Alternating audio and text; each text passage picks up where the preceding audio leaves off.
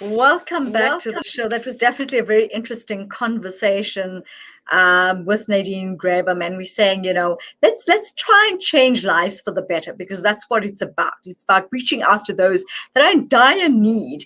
And I mean, these poor little babies are so helpless. So let's try and see what we, from a community perspective, can get involved with Nadine and try and make things better. But coming on to trying to make things better, I'm going to be speaking to Nazia Saloojie, our life coach, this morning. And a lot of the times, a lot of us look at things in a bad way, where we've become so negative due to this COVID-19 period, and this third wave has really been taking a toll on many people. And every time you try to do something, you start failing at it. And we thought it's an important topic to discuss this morning. So she's going to be joining us, and we're going to be talking to you on how to deal with failure, and of course get yourself into better spaces and better places. And that's what we believe in this show. So assalamu alaikum wa rahmatullahi wa barakatuh, and thank you so much. An honor always for you to join me on the show this morning, Nazia. Lovely to chat to you again. A warm welcome. Assalamu alaikum, and jazakallah for having me. It's such a pleasure to be on. Always is. And I think we always, once we've spoken to you, go back with something beneficial that we could use in our lives, including the team. So we want to thank you for taking the time out to join us this morning. Talk to us, as we know, going through this third wave, as many a times as people are trying to venture into something, trying to get themselves out of that so-called rut that they're in, and the difficulties that they're encountering, a lot of the times they're failing. And inevitably, from a human being and a nature point of view, a lot of us, and I'm going to say it in inverted commas, look at failure as a stepping stone backwards, not realizing what it actually does for us. We look at it in a negative connotation. So today we're going to talk about failure in the positive sense. Absolutely. And I think it's so important and such a good topic, because how many of us are failing? We're just failing every single day, but we're failing forward. I don't think we're realizing that. And this is where we needed you to come in to discuss this with us about talking. It's also about risk taking. People are afraid. There's that fear factor to tell yourself that you've been through this, done that, tried as much as you can. And now what's happening is you feel as though you are literally failing at what you are doing. And then you're putting yourself as opposed into a positive space to say, well, this is a learning curve. It's going to help me grow. But you instead telling yourself, I can't do this. I'm just going to stick to where I am right now. And this is where people are at the moment, which is actually a scary reality. I love that you put it in such a way and chose those words, because there's two things we're dealing with here. It's failure and fear of failure. Now, fear of failure will prevent you from even trying. And it doesn't matter how much or how well we package it. There is always an upside to failure. And the thing is, we always thought, from a young age, don't fail. It's bad. Show me your report. If I see red rings around your marks, thinking that failure is such a negative connotation, but actually we were ill prepared for the fact that you will fail in life. As kids, you will fail. As adolescents, failure gets to a different level, and in adulthood, it reaches other scales, but it's going to happen. And it is all about your perspective, how you want to look at it, and what do you want to turn that failure into? What kind of fuel can we use it? Can we use it to fuel more fear, or can we use it to fuel your springboard to the next step or the next level of your success? That is so true. So take us through the steps, because I think a lot of the times, as I was saying the last time that I spoke to you, I think people are finding it difficult to find their positivity due to the fact that everything around them has had this negative connotation.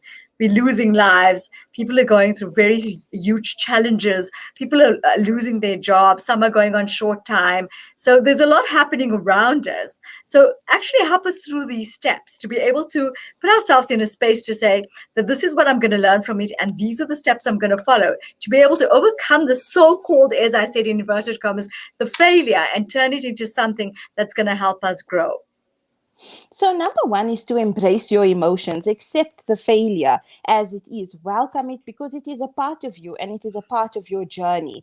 Don't hate yourself. Don't go into a Mm, space of self-loathing. And some people don't even need to be judged by other people because you're so busy doing it and you're so good at doing it to yourself that it's so easy for you to fall into that sense of self-loathing. Also, very mm, important as a couple, it's so important for you not to become each other's biggest critics because the economics of our time, it's beyond our control. If one or the other spouse has lost their job, this is the time for us to become more emotionally supportive and contain each other. So respect and mm, acknowledge that this feeling is here, this is happening, it's our circumstance, it's our reality. So we need to change and challenge our perception to create a different reality.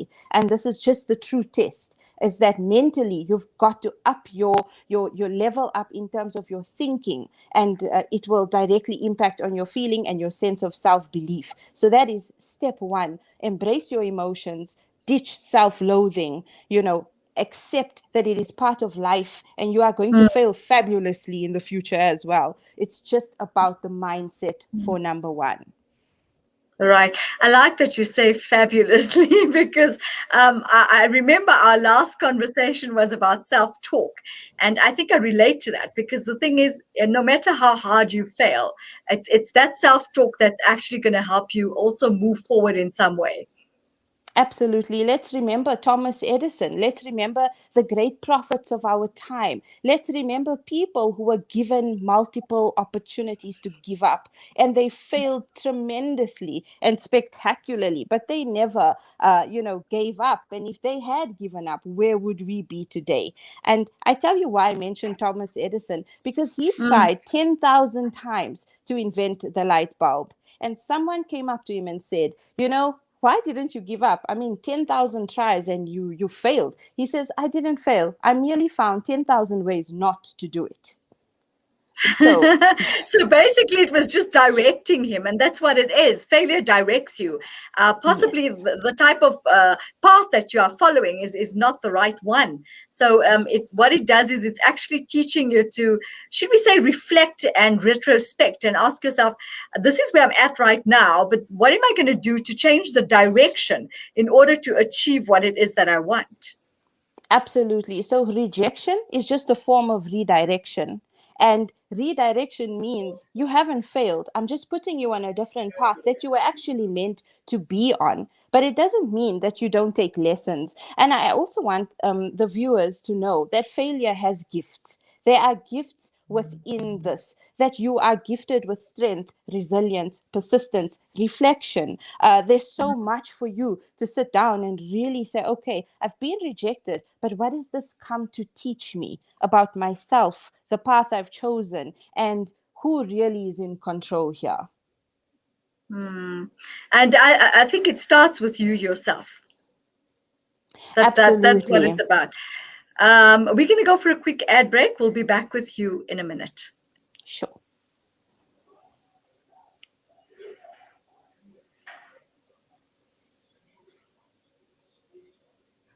Our Love Palestine campaign has in the past provided food, water, and medical support. Donate today so we can continue to aid those in need. Gaza needs us. Donate today with your zakat, sadaqah, or lillah. Visit our website www.pennyappeal.org.za or call 031 1100 573. Penny Appeal Love Palestine. Palestine, tomorrow will be free. Penny Appeal. Small change, big difference. What makes Randery Jewelers the optimum place for your memorable gift? Is it our range of exclusive, high-end, luxurious jewellery? Or is it our master craftsmanship of all your bespoke jewellery needs? We believe it's because at Randery Jewelers, we know just how to make your special moments last forever. Whether it's for a wedding, anniversary, or just a simple gift to show your love, trust Randery Jewelers to make it special. www.randeryjewelers.com. Make your moments last forever with Randery Jewelers, the family name you can trust. Africa. For your convenience, the Africa Muslims Agency's Durban office has moved to 797 Jan Smuts Highway, Sherwood, Durban. Our friendly staff are eagerly awaiting to receive, advise, and share with you the current ongoing campaigns and projects that you have been supporting for the last 35 years. Visit us at 797 Jan Smuts Highway, Sherwood, or call 031 207 5676. Africa Muslims Agency, inspiring the spirit of giving. Osman's Taj Mahal Spice and Rice. For over 80 years, Osman's Taj Mahal have been perfecting the art of the perfect blend of spices, pure, aromatic, and well-seasoned. Spices to tantalize your taste buds. From creative cuisines to gastronomical gourmet goodies. From exotic odors to traditional dishes, Osman's Taj Mahal have remained synonymous with quality spices and condiments. Taj Mahal rice, beans, and lentils. Try our range of chili bite mixes, rose and ilachi syrup, our quick and easy biryani pack, and our traditional range of spice blends. Osman's Taj Mahal. There is no substitute for quality. It is with love that Prophet Ibrahim submitted completely to Allah. It is with love that charity is a pillar of faith. It is with love that Islamic Relief will give your qurbani to those in need. Elevate the rewards of your sacred sacrifice by sharing your qurbani with vulnerable families around the world. It is neither their meat nor their blood that reaches Allah, but your piety. This is a sacrifice of many rewards. Enhance your blessings and share your qurbani with Islamic Relief. It's a new beginning. It's a new era. Salam Media, humanitarian journalism.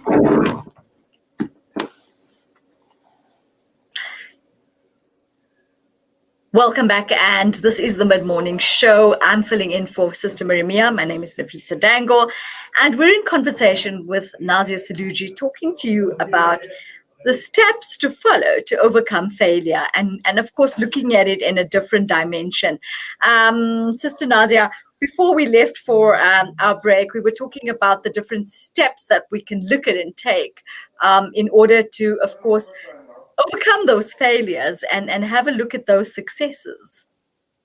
Yes, and it's so important for us to have this conversation because, how many people are dealing with failures? There's different types of failure. Relationship failure, job failure, business failure. You're talking about kids. How do you teach your kids about failure? What is the kind of perspective you give them about it, and how do you equip them to cope? It's such an important aspect of life, and it's so compulsory to have these conversations because it is inevitable. That is one thing that we are assured of, is that we will fail at some point or the other. But what is it? How do we look at it? And do we see and evaluate the gifts that failure gives us in terms of self-reflection, retrospect, introspection, accountability? These are some of the things that come with the package of failure. Right, most definitely. And should you say it starts with us as the adults? Because a lot of the times what happens is it becomes a ricochet effect. We ourselves look at failure in a bad way, as you were saying when we started off, and we inevitably then pass that on to our kids, which is actually not a good thing because they then get inculcated with that type of, should we say, mindset. And that's what they take through with them, as opposed to us learning from this to say that we need to change our mindsets first before we can change theirs. Exactly. Now, remember, this can't be a legacy that you pass on to your kids. Failure is a part of it, but your perception cannot be imposed on your kids in that way, because look at how things have changed. I mean, we all migrated to online learning and online, socializing and everything. Your failures in terms of peer pressure, for example, how would you innovate that to be applicable to your kid today? You failed at something, but change your perspective enough to let them know that, listen, I went through this, but it doesn't necessarily mean you won't go through a similar situation. It might not be the same, but this is how I dealt with it. What do you think? Did I do it correctly? Do you think I could have done better? And this opens up such a beautiful conversation to find out what is, your mind map with your child. Because these days, I can promise you, it's about emotional intelligence more than it is about anything else. And most definitely mindset. And I know we're in a space right now where mindset has become one of the biggest topics of conversation due to the fact that what we're telling our mind is what we're feeling, and it is what we're experiencing. So would you say that we should actually start with our mindset? And I know as a life coach, that's the first thing we're starting with, because people are suffering, and not just adults, but kids as well, are suffering with anxieties due to the so-called failures that they're experiencing. Exactly, and high expectations that they feel Mm, are coming from their families in terms of academically, socially. I'm expected to act a certain way. Look at Instagram, look at Facebook. There's an mm, expectation to impress all round so that you become an influencer, somebody that people can follow, somebody can like. So it definitely mm, starts with the mindset. What are you programming yourself for? Are you waking up with the intention of saying, I can and I will do this and I will accomplish this? And I'm also accepting that if this is delayed or this is not working out as I thought it would, it is because that there is a better plan for me and that I'm not really in control. I need to understand what I am in control of, which is myself, my behavior, my thoughts, and my actions. But I cannot control the way I am perceived by people. And I cannot control if this situation, for example, the lockdown, it's beyond your control. So what mm. do you accept? Can you guilt trip yourself and feel like a failure and dig yourself worse in a deep hole of depression and anxiety? Or can you change tracks just like a train? Your mind is like that. Switch tracks and let's get onto a better route. It might be longer, but there are steps to take that will ensure you reach milestones and you learn so much more about yourself. And one day you turn that story into somebody else's guidebook or handbook as to how to traverse through the terrain of having failed and reinvented yourself. And that's what I feel this whole epidemic is presenting each of us with, the opportunity to transcend old mindsets, to innovate and to reach new planes or new levels of our mind, of our thinking, of our attitudes and behaviors. I so agree with you. And there's always three words that I use on the show, and it says, reflect, retrospect, and reconnect, because that's what's going to help you change your mindset and change the type of spaces you're in, and realize that your failures have actually taught you lessons that are going to make you realize where you were and where you can head to, and literally map out your life from there where you are at right now. And I always say the present is the most important, because as you were saying, we always look at the past and we always wanting to delve into the future, but having to look at the present and ask ourselves, where are we at right now, through those three words, and then move forward and trying to say, okay, I failed in this, but let me retrospect and reflect to see how I can reconnect with the new type of space that I want to be in. Absolutely. It's so amazingly put when you put it like that, because people need to know how. They say, okay, you're telling me that I must just get over it. Or, yes, I've lost my job, so have half the other people in my industry. But give me the steps to do it. And that is exactly the steps, the recipe. It's about reflecting, retrospecting, and introspecting. And you know what? Involving people. We have this thing of, I don't want to talk about my failure. I just want to talk about Mm, my success. But that's all part of the journey. And it's so much of a help to humanity when you say, I own this, I failed. And guess what? I got back up. And this is how I collected myself from all the broken pieces. I put it together and here's a mosaic. This is something different and this is the new me, but I'm going to help you up too. It's just about mm. helping the next person. And if your story does that and you're unashamed of it, then that is an amazing recipe for the next level of your life. Maybe that is the lesson, that you don't hide your failures, you talk about them, we share them, and we don't feel shame and guilt. We take back the power from shame and guilt. Yeah, and of course, having to be able to step forward together. And I think this pandemic has taught us to ground ourselves. It's taught us to create support structures for each other. And it's also taught us to actually look at our lives and ask ourselves where we're heading to. Absolutely. Humanity has had to have a major break. We were going so fast, thinking we were in control of everything, goal setting, pushing to the next level, business, strategize. And little did Mm, we know, level 5, everybody stop.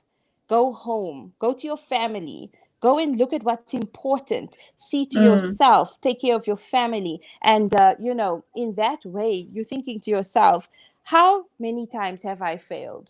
How many times have mm, I failed? Did I use the same recipe to get back up? How did I feel? How much mm. downtime did I need to concoct my recipe and plan my next step forward? So, yes, definitely a time for reflection and adjusting your mindset. And you'll see, one thing I must say is that your growth is directly reciprocal to your failure or your challenge. The more challenges you have, the more you're going to grow. The more you grow, the bigger the challenge ahead.